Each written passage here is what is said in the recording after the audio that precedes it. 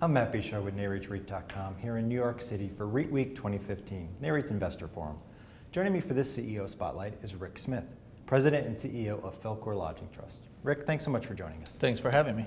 Can you give us an update on the progress FelCor has been making on its multi-year repositioning plan?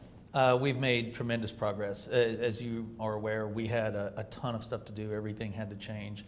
We sold nearly 100 properties. We changed everything operationally and from a capital perspective. All of that is over. All of that is done. We are moving on to kind of more an offensive strategy now, which is nice. The balance sheet is completely cleaned up. The portfolio, quality of portfolio, which we needed to attack, is in fantastic shape.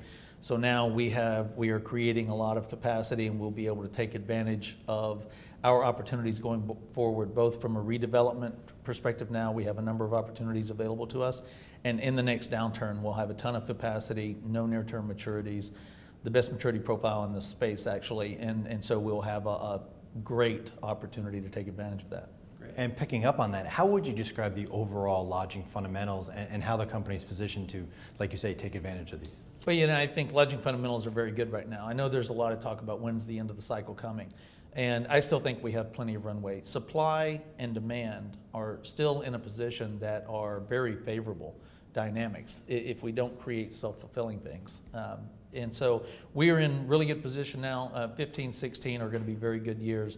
You know, as the pipeline is building, and that cycle will come, the question is whether that's going to be 17 or 18.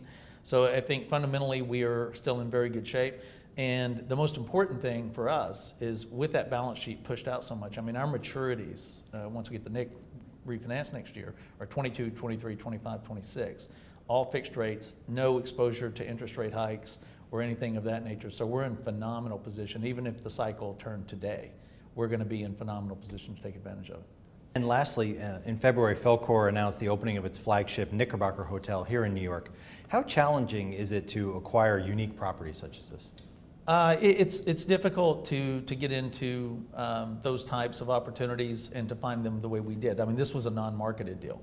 And Mahmood, who runs Highgate, and I had been trying to find something to do together for quite some time.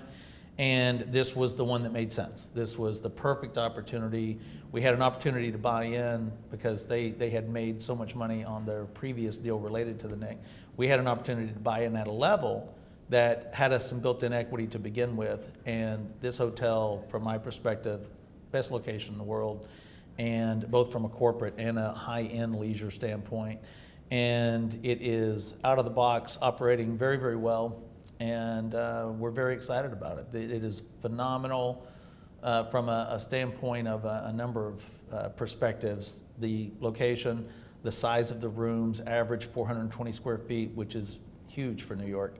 And the quality of the design is fantastic, and the service levels are going to be over the top. So very, very high end, and we're getting really good word of mouth. We're already, I think, you know, pretty high on the TripAdvisor list after only being open a couple of months, and with the usual bumps and bruises that come along with opening a new hotel.